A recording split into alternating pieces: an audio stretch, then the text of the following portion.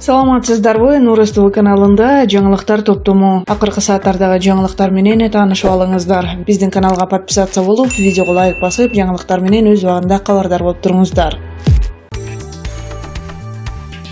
Ички иштер министрлигинин тергөө кызматы мурдагы президент Алмазбек Атамбаевке дагы бир чакыруу жиберди. Бул тууралуу мурдагы президенттин тарапташтары билдиришти. Ушуну менен Атамбаев 3-жолу суракка чакырылып жатат. Маалыматка караганда чакырууну милиция кызматкерлери 18-июлда Атамбаевдин Кой таштагы үйүнө жеткирип берген. Анда Атамбаев күбө катары 19-июлда эртең менен тергөө кызматына барышы керек экени жазылган. Биринчи чакыруу 8-июлда берилип, ал кезде Атамбаев Кой таштагы үйүнүн алдында чогулуп турган тарапкерлер менен жолугушууга чыккан учурда суракка барбай турганын айткан. Экинчиси 10-июлда берилген. Анда да мурдагы мамлекет башчы ИИМге суракка барган эмес. Атамбаевдин юридикалык өкүлү Сергей Слесарев Атамбаевди экс-президент деген макамдан ажыратуу боюнча парламенттин чечими мыйзамсыз экенин, ошол себептүү суракка барбай жатканын белгилеп ИИМге кат жөнөткөн. ИИМдин тергөө кызматы Крим төбөл Азиз Батукаевдин мөөнөтүнөн мурда түрмөдөн бошотулушуна байланыштуу быйыл жыл башында жанданган кылмыш ишин иликтеп жатат. Ага чейин 25-июнда башкы прокурор Өткүрбек Жамшетов парламентте мурдагы вице-премьер-министр Шамиль Атахановдун көрсөтмөсүнө таянып, Алмазбек Атамбаев 2013-жылы Крим төбөл Азиз Батукаевди бошотуу боюнча жеке өзү тапшырма бергенин билдирген. 27-июнда Жогорку кеңеш Атамбаевди экс-президенттик жана кол тийбестик макамынан ажыраткан. Мурдагы президент жана анын тарапкерлери муну ага күбө жабуу аракети катары сыпатташкан. Анын ондогон тарапкерлери 22-июндан бери Кой таш айылындагы үйүндө топтолуп турушат.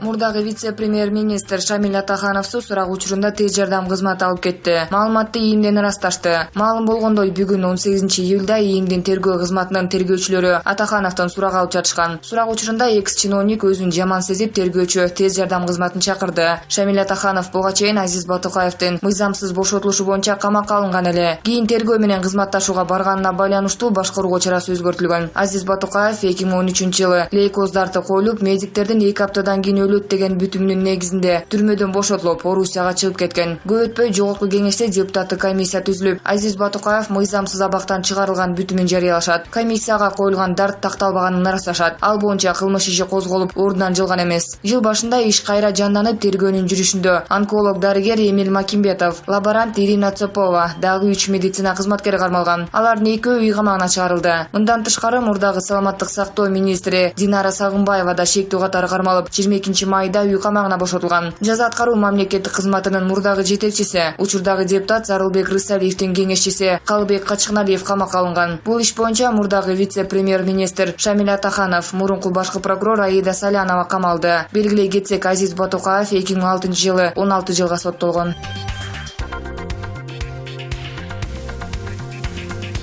7 жылга эркинен ажыратылган Жогорку кеңештин экс-депутаты Музафар Исаков үй камагына чыгарылды. Бул тууралуу бүгүн 18-июлда облустук соттун басма сөз кызматынан билдиришти. Буга чейин Жогорку сот Музафар Исаковдун ишин карап, аны кайрадан карап чыгуу өтүнүчү менен ишти Сузак райондук сотуна жөнөткөн. Облустук соттон билдиришкендей, 15-июль күнү Сузак райондук соту экс-депутаттын ишин кайра карап чыгып, аны үй камагына чыгаруу боюнча жактоочунун өтүнүшүн канааттандырган. Соттун чечимине ылайык айыпталуучуга карата колдонулган бөгөт коюу чарасы өзгөртүлүп, ага карата үй камагы түрүндө бөгөт коюу чарасы 15-сентябрга чейин узартылды деп билдиришти соттон. Окуянын чоо жайы 2017-жылдын 13-февралында башкы прокурор тарабынан Музафар Исаковго карата коррупция беренеси боюнча кылмыш иши козголгон. Маалыматка ылайык, Исаков Жалал Абад облусунун Сузак районундагы Таш булак айыл өкмөтүнүн башчысы болуп турганда 315 мыйзамсыз токтом чыгарган. Ал 2010-2015 жылдар аралыгында райондук архитектура жана мамлекеттик каттоо кызматкерлери менен жең ичине сүйлөшүп алып, 14,34 гектар айыл чарба багытындагы жерди жеке курулуш иштерин жүргүзүүгө берген деп айыпталууда. Буга чейин Сузак райондук соту экс-депутат Музафар Исаковду 7 жылга 3 жылдык сынак мөөнөтү менен шарттуу кесип, 5 жылдык мөөнөткө мамлекеттик кызматтарга иштөө укугунан ажыраткан. Башкы прокуратура экс-депутаттын мүлкүн мамлекетке чегерүү менен 12 жылга эркинен ажыратууну сураган болчу.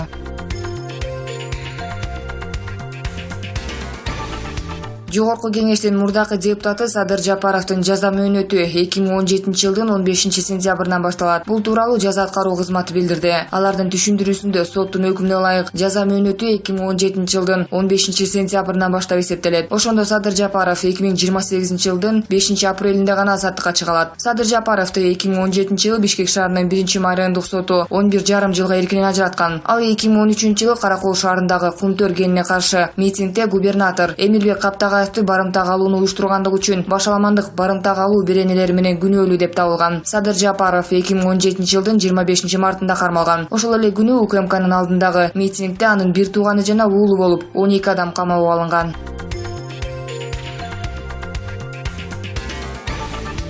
Башкы прокуратура транспорт жана жол министринин мурдагы орун басары Азимкан Жусупалиевди 20 жылга бака кесүүнү соттон суранды. Бул маалыматты Азаттыкка ишти териштирип жаткан Бишкектин 1-май райондук соту ырастады. Ишти териштирүү бүгүн 18 июлда уланып, тараптар жарыш сөзгө чыкты. Адвокаттар кылмыш иши далилденбегенин айтып, актоону суранышты. Аткаминердин ири пара алганы боюнча тергөө марттын аягында аяктап, прокуратурага өткөрүлүп берилген. Сот бул иш боюнча 3 кишини Азимкан Жусупалиевди, Бекрус Гулрузовду жана Болотбек Токтобаевди айыптоодо. Прокурор пара алууга ортомчулук кылган айтылган Токобаевди мүлкүн мамлекетке конфискациялоо менен 4 жылга эркинен ажыратууну суранды. Ал эми кылмыш иштин бетин ачууга көмөк көрсөткөн үчүн Гулрузовдун беренесин өзгөртүп айып салууну өтүнгөн. Кийинки соттук отурум 30 июлда уланат. 2018 жылдын 5 декабрында министрдин орун басары Азимкан Жусупалиев $50 000 пара менен кармалганы кабарланган. Атайын кызматтын материалдарына караганда министрдин орун басары акчаны өлкө аймагындагы курулуп жаткан жол боюнча тендерге катышкан чет элдик компаниянын өкүлдөрүнөн пара катары алган. Чет элдик компаниянын кызыкчылыгын коргоо жалпысынан $520 000 бааланган. УКМКнын маалыматы боюнча андан мурда министрдин кылмышка шектүү орун басары ортомчулук аркылуу $120 000 алган. Ал эми ортомчулук милдетти анын туугандары аткарган.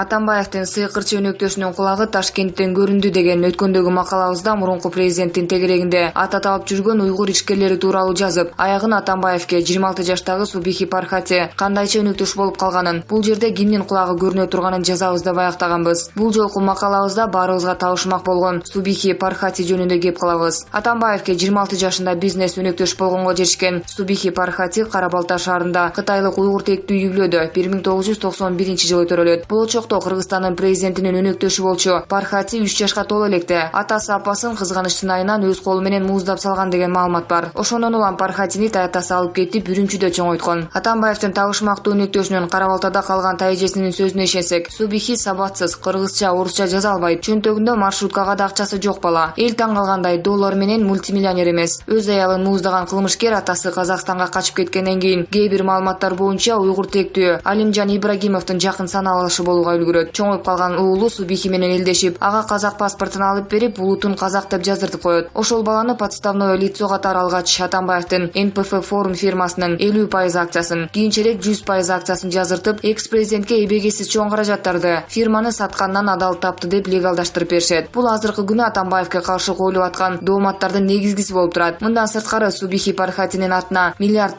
баланган Терексай сурма кени да катталганын эске салууга туура келет. Табышмактуу Пархатинин 2 сапка баткан өмүр таржымалы ушул. Атамбаев чөнтөгүндө тыйыны жок. Сабаты чала жигитти кантип өнөктөш кылганын кийинки макалада сөз кылабыз.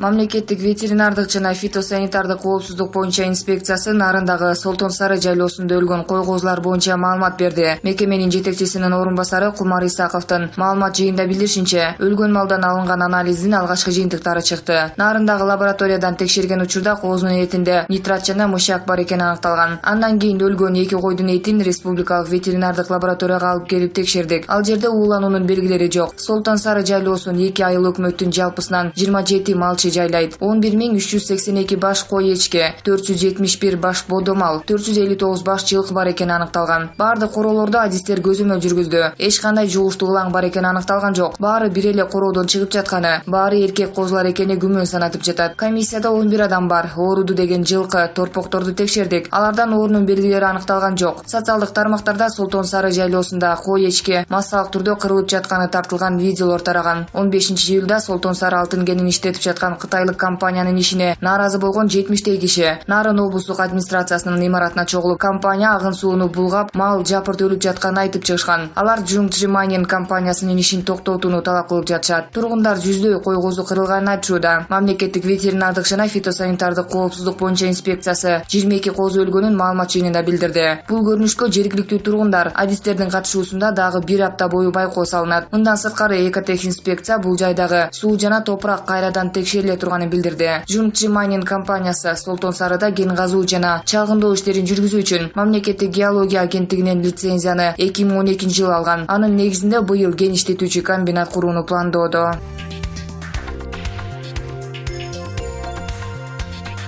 Белгилүү саясатчы Эмилбек Каптагаев мурдагы президент Алмазбек Атамбаевдин бети жок экендигин айтып, социалдык баракчасына жазып чыкты. Атамбаев эми Текебаевди колдоптур, бети жок деген сыяктуу посттор, комментарийлер бул жерде жайнап кетти. Чынында эле Атамбаевди бет деле калбаптыр. Калпты чындай койгулап айткандан алдыга эч кимди салбай калды. Бул талашсыз факт. Бирок жогоруда айткан сөзүндө Атамбаев Текебаевди эч кандай колдогон жок. Муну так айтып, так түшүнсөк жакшы болот. Текебаев учурда парламентке керек дегени, колдогону бекер камап салып турмун деп күнөөсүн мойнунга алган эмес. Анткени ал биринчиден Текебаевдин күнөөсү сотто далилденген деди. Бул албетте калп сөз. Экинчиден Текебаев өз жазасын алды. Жетишерлик отурду түрмөдө деди. Бул дагы жанын жегендик, бейгүнөө камакта отурганын таңгандык. Ал эми анын Текебаев түрмөдө Атамбаевдин учуруна караганда Жээнбековдун учурунда көбүрөөк убакыт отурат деп жыландын башын кылтыйтканында чындык бар. Чынын айтканда Текебаев менен Чотонов мындан 1,5 жыл мурда Атамбаевдин булык иштеринин бети ачыла башталышы менен эле боштондукка акталып чыгыштары керек эле. Улам созуп, улам арылатып камакта камап отурушкандары коомчулукка түшүнүксүз бойдон калууда деп жазган саясатчы Эмилбек Каптагаев. Булак Назар Ньюс KG.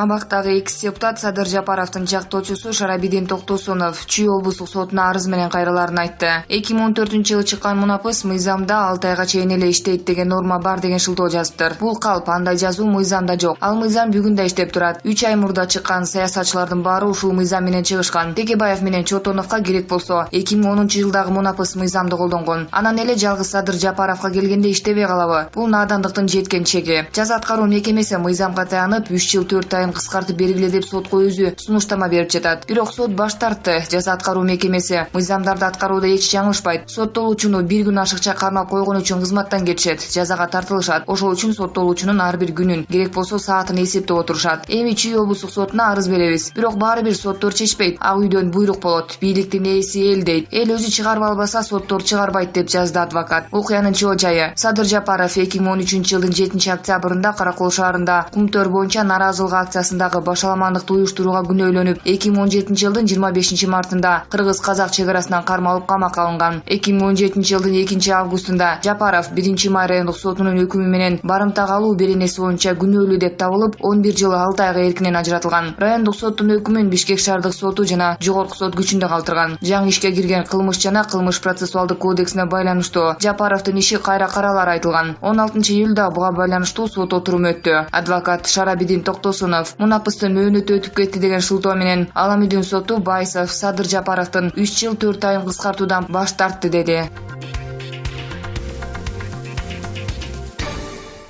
Саламатсыздарбы? Нур ТВ каналында жаңылыктар топтому. Акыркы сааттардагы жаңылыктар менен таанышып алыңыздар. Биздин каналга подписация болуп, видеого лайк басып, жаңылыктар менен өз убагында кабардар болуп туруңуздар. Жогорку кеңештин 5-чакырылышынын депутаты жана вице-спикер, коомдук саясий ишмер, Мээринбек кайрымдуулук фондунун президенти Надира Нарматова учурдагы саясий кырдаал боюнча Назар Ньюс KG маалымат агенттигине мурдагы президент Курманбек Бакиев тууралуу ачуу чындыгын айтты. Нарматова өз сөзүндө: "Кээде реалдуу жашоонун ачуу чындыгын ачык айтып койсоң, көпчүлүккө жакпайсың. Ошондой болсо да пысыл олтургандан көрө айтып койгондон көрөм. Турмуш өзү тараза ташын теңдеп, реалдуу фактылар менен далилдеп көзгө сайып көрсөтүп койду. Өкүнүчтүүсү, кам сүт эмген пенде экенбиз, түшүнүп түшүнгүбүз келбей, текебеленип ичкүйдүүлүк, трайбалисттик сезим менен билмексенге салып туура түшүнүктү башка жака бургубуз келип, ар тараптан күнөөкөр издегибиз келе берет. Каалайбызбы, каалабайбызбы, моюнга алууга мажбурбуз. Өлкөнү башкаруу үчүн Кудай берген талант, тажрыйба, билиминен тышкарыда президент болууга татыктуу толгон токой адамдык касиеттер керек. Ошонун баары мурдагы президент Бакиев Курманбек Салиевичте бар эле. Бул киши тажрыйбалуу, бардык баскычтарды басып өткөн, сабаттуу, билим деңгээли өтө жогору, башка өлкө башчылары менен тең ата сүйлөшө алган дипломат, ойлонуп туруп сөзүн айткан сабырдуу, кимге кандай мамиле кылыш керек экенин билген мырза ажы болгон, айыл чарбаны, экономиканы, өндүрүштү, социалдык көйгөйлөрдү абдан жакшы билген адам эле. Мына азырда калыс сөздү айтып койсом, Бакиевди мактабай алып келип ал деп дароо эле мага асыла башташат. Бирок маселе башка жакта. Кадр тандоону билбегендигибизде экендиги өкүнүчтүү. Болбосо Акаев өлкөнүн акмагын чыгарып, приватизация эмес, прихватизация жасап, союздан калган байлыкты, колхоз, совхоз, ишкана, мекемелерди, завод, фабрика, өндүрүштүн баарын тегиздеп, көктөштүрүп сазга тыгып коюп кеткен эле. Бакиев 5 жыл бою бир жолу Акаевке жаман деп же акарат сөз айтпады. Мурунку президент катары кабыл алып тек гана өз ордуна койду. Мамлекет башчыларынын жолугушууларында Путин менен катар ортодо басчу Ширине какайып башын бийик көтөрүп, чыкыйып кийинип, өзүн эркин сезип, телпейбей, жасалма болбой, чочулабай, ар тараптан төп келип, Назарбаев, Каримовдор четте басып калган. Тең тайлашып, тең ата турган үчүн Россия өңдүү чөйрөдөгү кошуна мамлекеттерге жага бербегендиги беш колдой белгилүү. Ошондуктан Кыргызстанга мажурөө, сөз уга турган президент керек болуп калгандыгы айдан ачык болду.